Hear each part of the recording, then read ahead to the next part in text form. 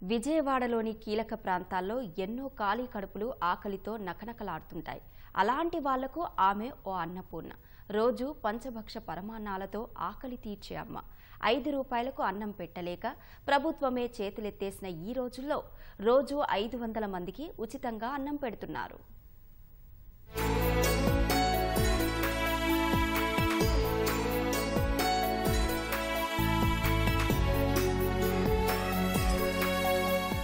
బడిగంట కొట్టినట్లే మధ్యాహ్నం ఆకలేసే సమయానికి విజయవాడలోని ఏదో ఒక కూడలిలో రోజు అన్నదానం మొదలవుతుంది.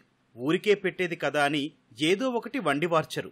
పప్పు, పచ్చడి, ఒక కూర, సాంబారు, ఇంకా 5-6 రకాలతో కడుపు నిండా అన్నం పెడతారు. ఇదంతా చేసేది ఎవరో కాదు, అన్నపూర్ణ ట్రస్ట్.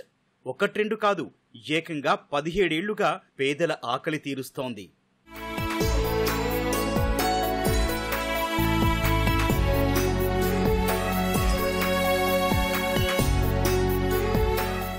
దివిసీమ ఉప్పెన మీకు ఐడియా ఉండే ఉంటుంది. ఆ ఉప్పెల్లో ఎన్నెన్నో ఆకలి చావులు చూశాను. ఇటు చూసిన నీరు, శవాల దిబ్బలు, ఆకలి అర్తనాదాలు, ఇది ఇప్పటికీ నేను మర్చిపోలేను. అప్పటికి నేను 10 సంవత్సరాలు వెళ్ళాను.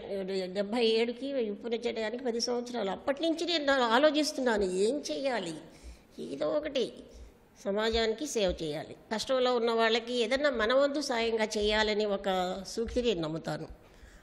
అదే పాటిస్తున్నాను. రైల్వే స్టేషన్ కానివ్వండి, బెంజ్ సర్కిల్ కానివ్వండి, ఇట్లా విజయవాడ నలుమూలలకి ఎంతో కొంత ఫుడ్ పంపిస్తున్నాం. ప్రతిరోజు 500 మంది తగ్గకుండా ఫుడ్ డిస్ట్రిబ్యూషన్ జరుగుతుంది. అట్లీస్ట్ వంట వాళ్ళు రాకపోయినా నేనే తయారు చేసి పెట్టేస్తాను.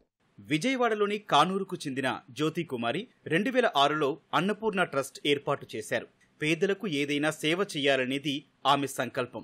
చిన్నతనంలో ఆమె తల్లి రోజు ఎవరో ఒకరికి అన్నం పెట్టడం జ్యోతి కుమారిలో స్ఫూర్తి నింపింది. ప్రసాదంపాడులో ట్రస్ట్ కార్యాలయం నెలకొల్పారు. అక్కడే అన్నం వండిస్తారు.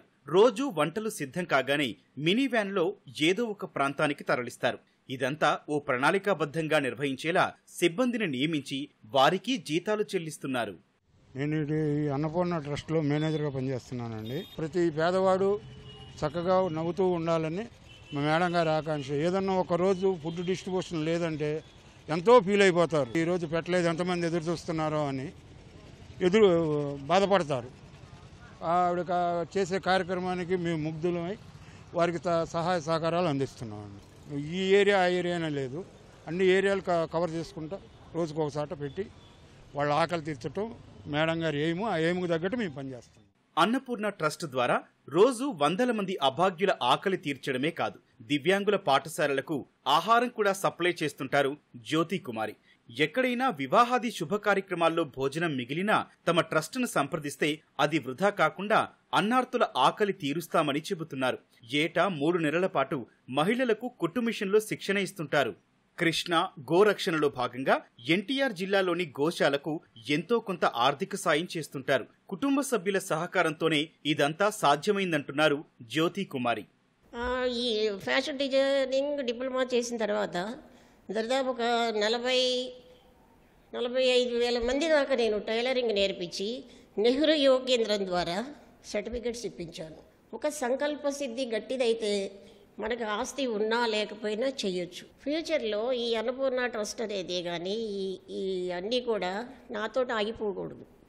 నేను ఎన్జిఓని కూడా తయారు చేయాలనుకుంటున్నాను. బాబు నాకు పాప డాక్టర్, బాబు ఇంజనీరింగ్, యుఎస్లో ఉంటున్నారు, ఇద్దరు వెల్ సెటిల్డ్. నేను చేసే ఈ యాక్టివిటీస్కి నా ఫ్యామిలీ నాకు ఫుల్ సపోర్ట్ చేస్తుంది. జ్యోతి కుమారి సామాజిక సేవలను గుర్తించిన అనేక సంస్థలు సత్కరించాయి.